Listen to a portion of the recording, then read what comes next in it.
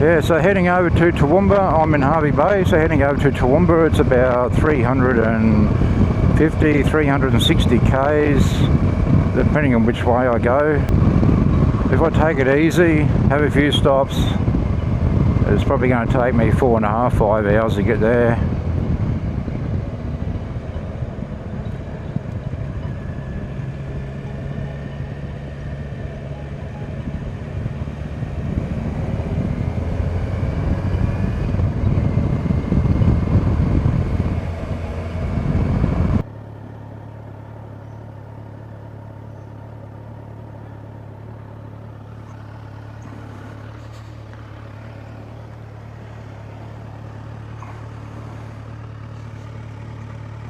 Here.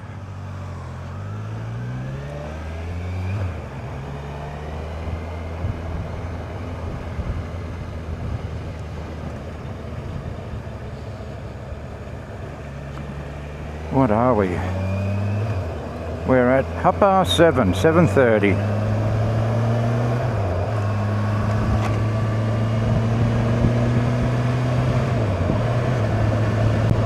At the moment the temperature is 26 degrees, which is perfect. 25, 26.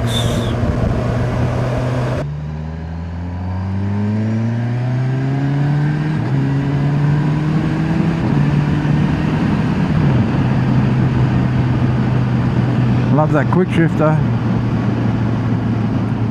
So anyway, I've had this bike for 12 months. I bought it brand new, and so I've done about 7,000 kilometers, and I might do a 12-month ownership review, what I think about it. Well, basically what I think about it is that I bloody love it. So it's a 4-cylinder, 1043cc. Now, I think from memory, the specs are 118 horsepower and about 102 newton meters of torque. Plenty enough power for me. Like sometimes, yeah, you do want just that little bit of extra power. Something around 140, 150 horsepower, but just for general cruising, this bike here is designed for it's a mile muncher. It's a long distance touring bike. So Kawasaki also has a Ninja 1000 and a Ninja 1000 SX as well. And you know, they're sport tourers as well. You would classify this as a upright sports tourer. That's what it is. So it's basically a Ninja, but the Ninja 1000, so it actually is tuned differently. It's got more compression. Therefore, it has about 140 horsepower. This is only 118. There's a bit of a rickety old bridge around here. Haven't been over this for a while, a few years. Wonder what state of repair it's in. Oh, it doesn't look too bad. Is it just one way? Yeah, one way.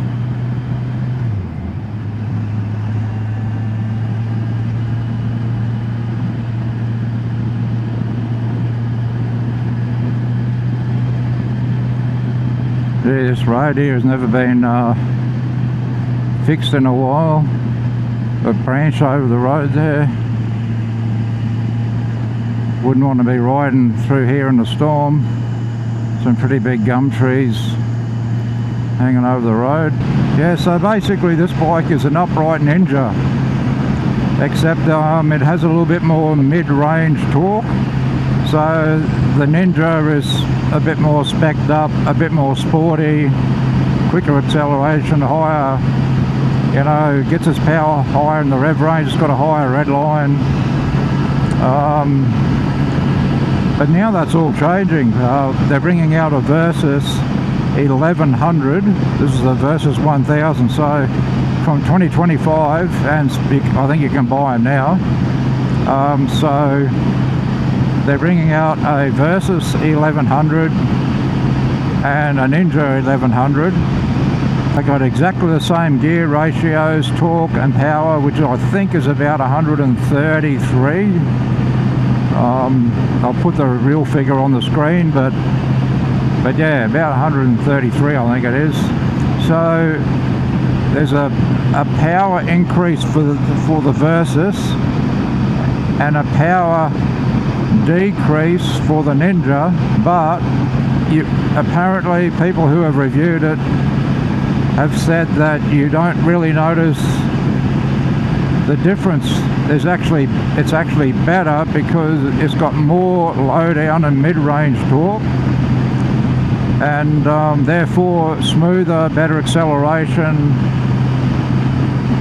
pulling up through the gears, and whereas the earlier Ninja, the 1000, is kind of gets its power more higher in the revs. So it's kind of pretty smart by Kawasaki, because, and they're the same price. So the 1100s are the same price as a 1000. So I think it's a pretty clever move by Kawasaki, because it's going to cut costs, because they've got exactly the same gearing, the same gearbox, the same motor, everything. One's in the sportier Ninja and also in the more upright Versus. So it makes it pretty hard to choose. So getting back to this one, I got the Versus. I was thinking about getting the Ninja. The Ninja is actually like $3,000 cheaper than this, and so, you know, really, and everything else is pretty much the same. It got the same function. It's got a different dash. That's what I like about this. Even though it's a small TFT, you've got the TFT and the old school tacho there, the rev gauge, and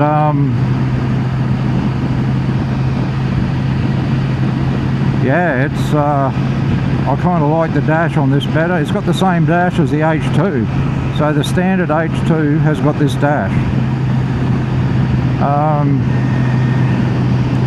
But the reason why I went for this bike is because I'm nearly 6'2", which is about 186 centimeters, and so the leg triangle on here is way more comfortable. It's still kind of a bit sporty. You still got to bring your legs up a little bit, so you kind of, but it is definitely a more of an open leg and more of an upright, so your handlebars are up higher.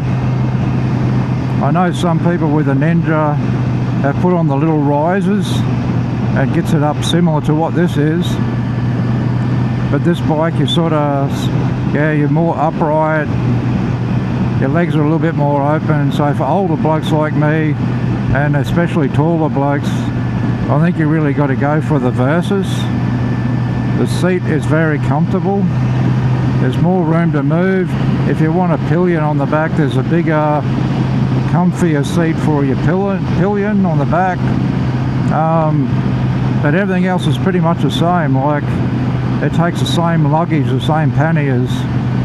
It's got the same cruise control, which is a really good cruise control. So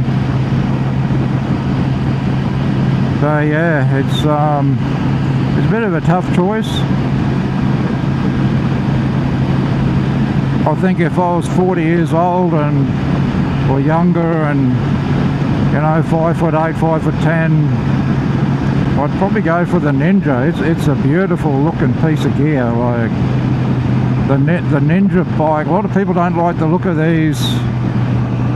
of these Versus. The front end's a little bit dodgy and it's a bit higher on the suspension. So this has got a longer suspension travel on the front.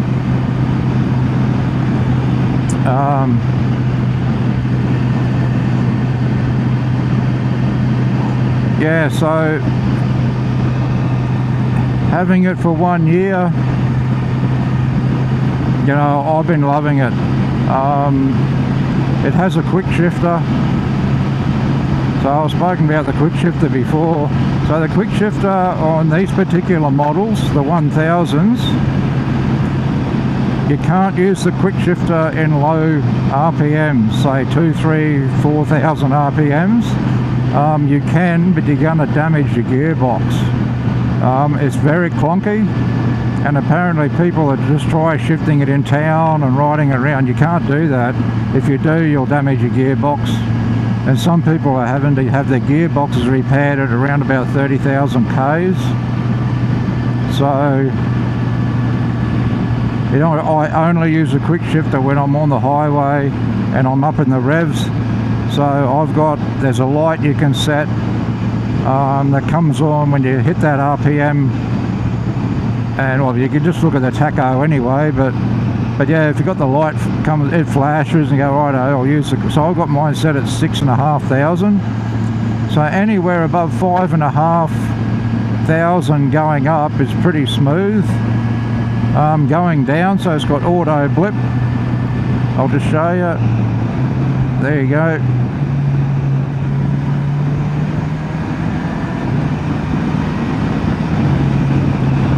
Yeah, so I just shifted up then at about 4,000, and yeah, it's not bad, but when you're doing about 6,500, it's really smooth. So going down, yeah, I usually go when I downshift. You've got auto blip downshift, so yeah, I usually do that around 4.5. If you try it outside of that, it doesn't like it. But apparently the new 1100 has fixed a lot of that. Yeah, apparently you can use it a lot lower RPM, like 2,000 or 3,000. It's smoother. Oh dear.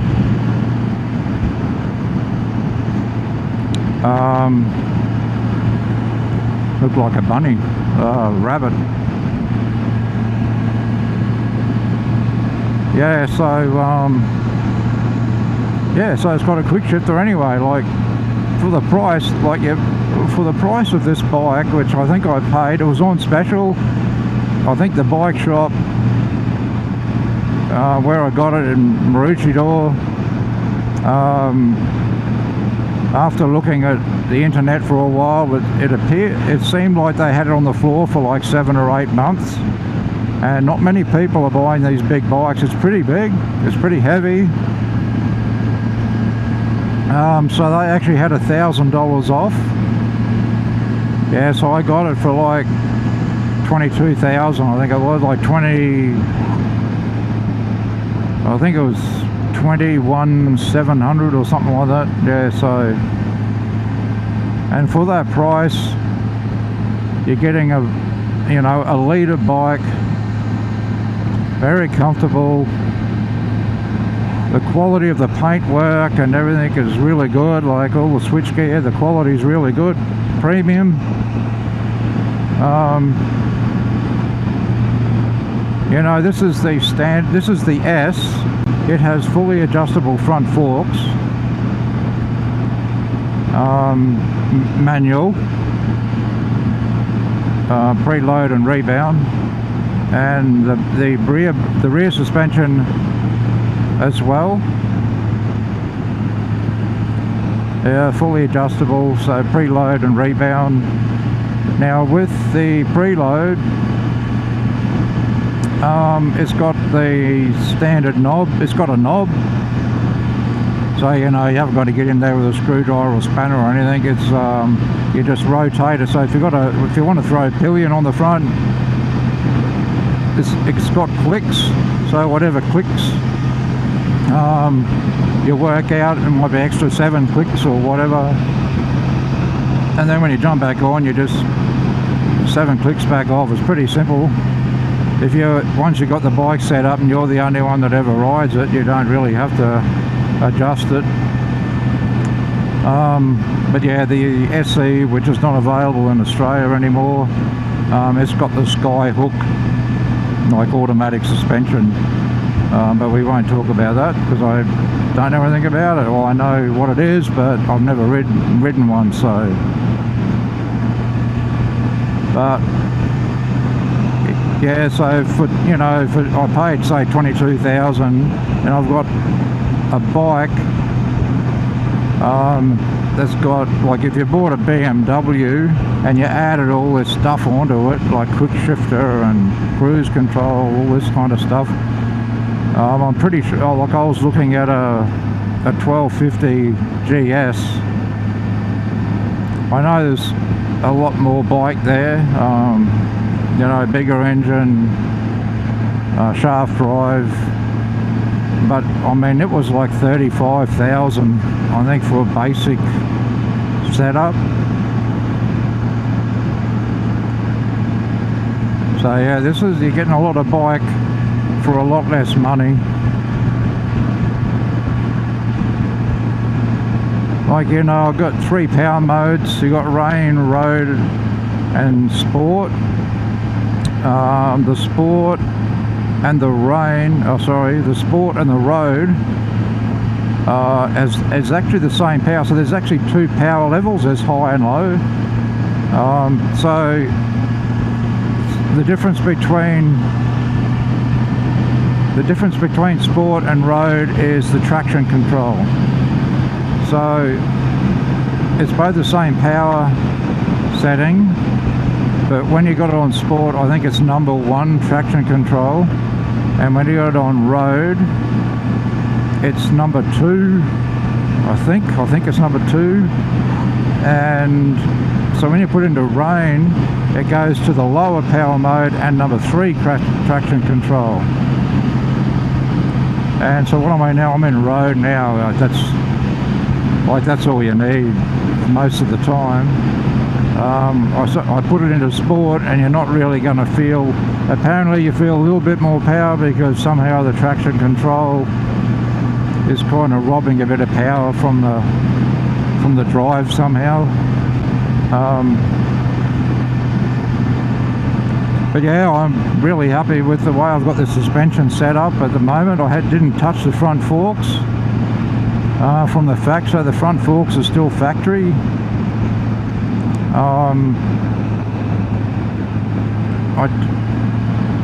For the type of riding that I'm doing, which is just cruising around the countryside and a little bit of sporty riding,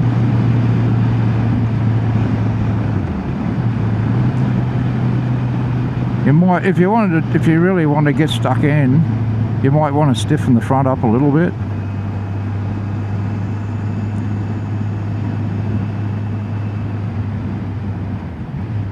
But I just got a standard rear sort of suspension set up for my weight.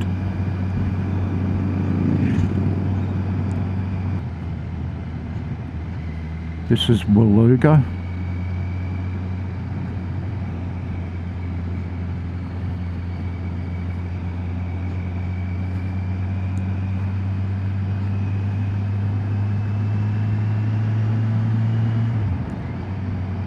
So with your dash, you got different types of dash. Like, but just in this type of setup, you got black and then white, like that. Yeah, people, I don't know. One's supposed to be for day and one's supposed to be for night, but I tend to like the black all the time. I don't know, the white screen needs a bit of colour or something on it, bit of green, bit of red. But then you can go into the menu settings and change to what they call the sports screen. So the sports screen is red, and it's got different things with a different sort of layout, like it measures your throttle response. That's what I mean, like, they're only gimmicks, but there's a few things. So in the sports screen, when you open your throttle, you know, you've got throttle, there's a little bar that moves up and down for your throttle, and also measures your front brake pressure, not your rear brake.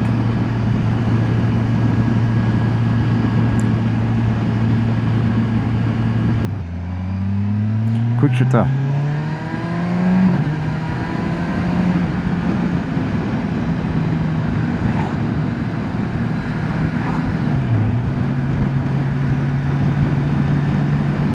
Do have a couple of cons or dislikes, which they're not real big issues really. So the rear brake, it's a bit weak. There's not much rear brake there. I mean, there is rear brake obviously, but for a big heavy bike I just feel like it should have been a little bit stronger. And I believe, so the Versys 1100 that's coming out now, it actually has a bigger disc, and apparently it has got more braking power. So, but you know, most of the time you're using your front brake mainly. I do tend to use my rear brake a little bit, you know, slowing down at lights or slowing down in gravel or whatever, but it's not too bad. But I just think it could have been a little bit stronger. So that's one con. The other slight issue, well, it's actually a major issue in summertime, like now, but you get a lot. So at the moment on my left leg, so what are we? We're 27 degrees now, and so there's a fair bit of engine heat coming off the left hand side here, a little bit on the right hand side, so your legs get quite hot. So particularly if you're in the sun and you've got sun on this your leg, you've got your dark jeans on, and then you've got this hot wind blowing from the engine, so your leg does get quite hot. But then in winter time, that's actually really good. You go, oh beauty, it's nice. So it's only like for say 3 or 4 months of the year, 5 months maybe, that's actually a con really.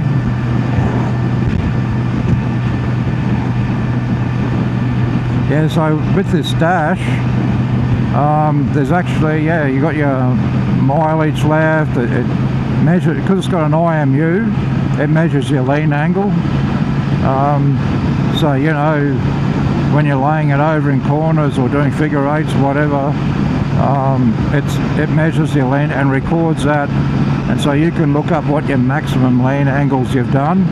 You can go in and clear that and erase it and start all over again, but it does actually tell you what your lean angle is. So you got that. You got your overall mileage for the history of the bike, like how many kilometers a litre or miles per gallon, whatever. So yeah, well at the moment, yeah, so it's telling me I've got 289 Ks. So when I first left, I'd already done a little bit of stuff around town, and it said I had 269 Ks to go. Because I've been on the highway, I've just done like 140 Ks, well, say about 130, and now it's telling me I've got 287 kilometers left. So the fuel economy is really good. It's got a very comfortable seat.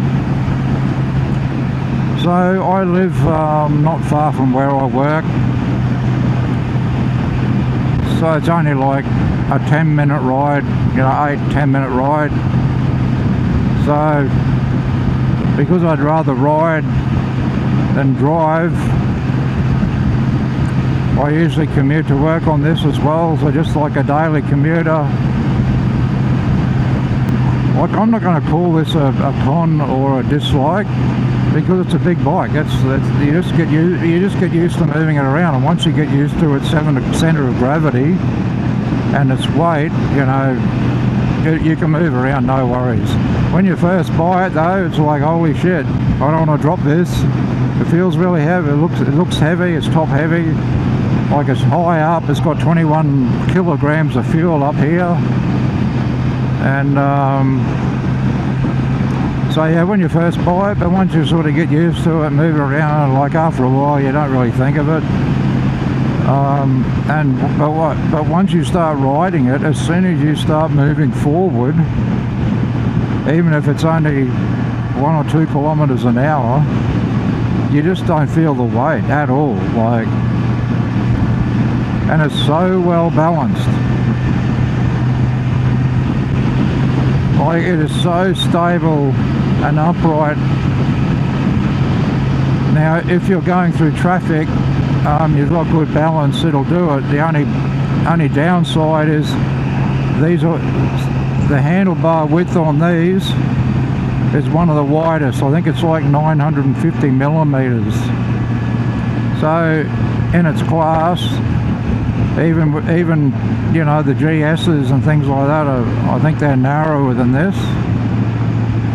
So yeah, if you're filtering, lane splitting or whatever, then you do have to be conscious of the fact that you got pretty wide. And I've got the panniers on here as well, so they're even wider.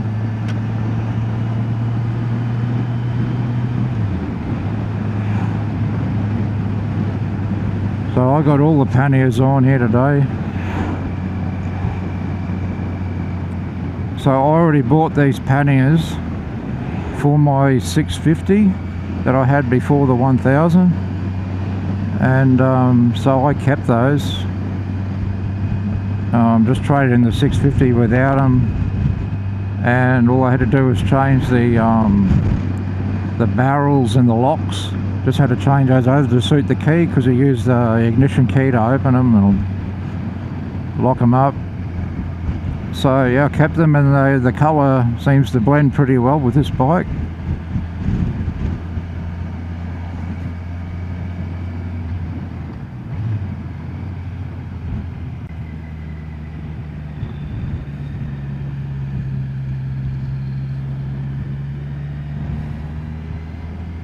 Do I stop? Rest my bum?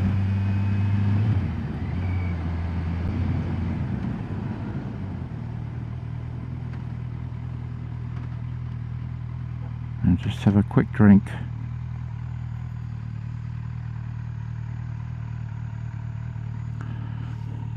And I'll catch you down the road further.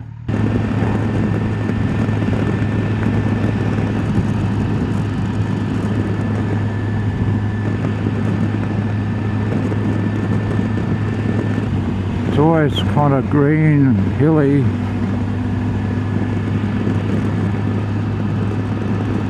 This is pretty much like a rainforest there. That's why I thought I'd switch the camera back on, because it'd be pretty good views coming down through here.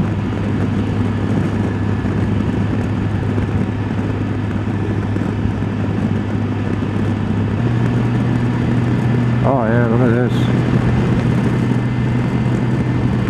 Nice big hoop pine.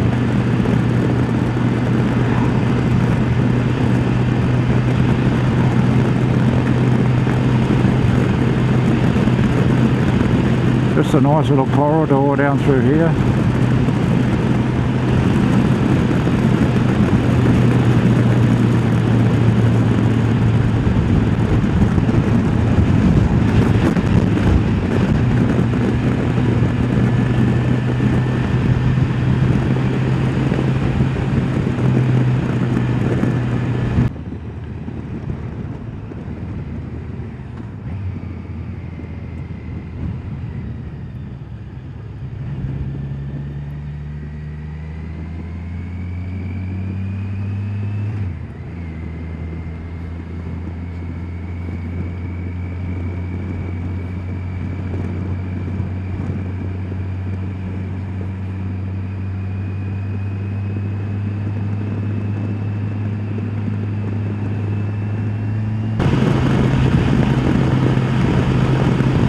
Thumb's getting a little bit sore after about 200 kilometers or 2 hours. It is a fairly soft seat, but I just need to ride more to get my bum more conditioned. but it's not bad. Like, you just stop for 5-10 minutes.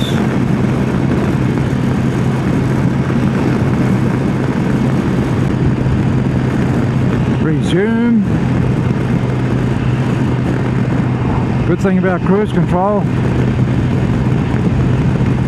if you ever get pins and needles in your fingers, and most people can get pins and needles, but if you've got carpal tunnel, which is like a pinched nerve in your wrist, then that becomes really bad. So it's good to be able to just stick it into cruise control, work it all out, flick it, and just rest your hand on the end here, on the knob, on the tank. Probably better to have it on the handlebars near your brake caliper.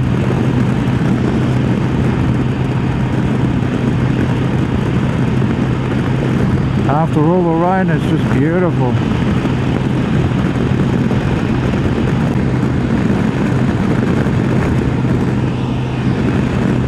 You've got a little bit of movement on the seat, like at the moment I just moved forward a bit so I'm up closer to the tank. You can move back about, 2 inches, 50 mil. Move around a bit, lean forward, plenty of room. I mean, this bike rides so well, it handles so well, it's so balanced and stable on the road. Anyway, thanks for coming along for this trip. Hope you enjoyed it, hope you got some useful information. Yeah, it's a very good bike. I didn't mention about how nimble it was in the corners. Like, there's no problem there at all. Like, for a big tall bike, it's unbelievable how nimble it is for such a big bike. Anyway, thanks for that. Thanks for coming along, and I will catch you all next time.